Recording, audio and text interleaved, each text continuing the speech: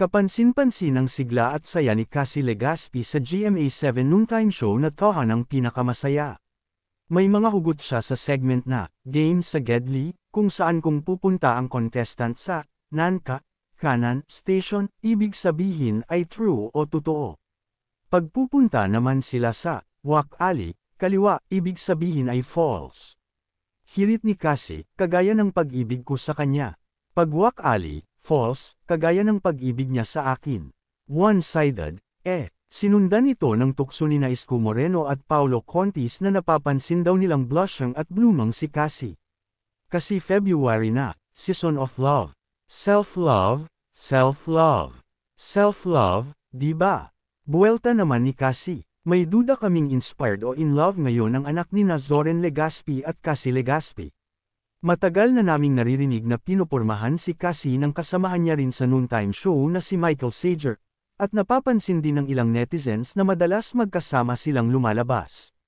Ilang beses na namin kinukulit ang mga katsikahan namin sa tape, pero wala silang maayos na sagot. Kahit noong Metro Manila Film Festival, MMFF, 2023 na nagpo-promote pa si Cassie, kasama si Darren, ng When I Met You in Tokyo, naririnig na naming nililigawan daw siya ni Michael. Pero iniiwasan nilang pag-usapan ito. Kahit nitong nakaraang media conference ni Michael kasama si Zephanie, iniiwasan ding itanong ang tungkol sa kanila ni Cassie.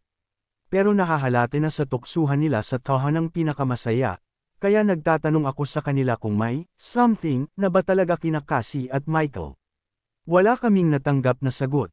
Lalo tuloy kaming nagdududang nagkamabutihan na ang dalawa. Tatanggapin kaya ito ng fans nina Cassie at Darren? Ka-love team ni Michael Sager sa katatapos na Sparkle U si Zephanie. Naka-love interest din ni Michael for a while si Jillian Ward sa Abot Kamay na Pangarap. Inalis si Michael sa Abot Kamay na Pangarap dahil inilagay siya sa Shining Inheritance with Kate Valdez.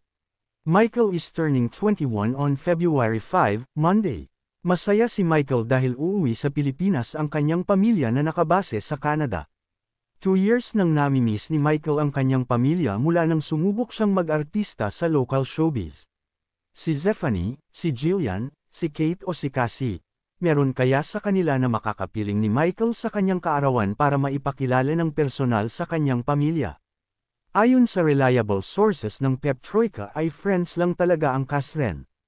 Okay naman ang tambalan nila sa MMFF 2023 entry na When I Met You in Tokyo.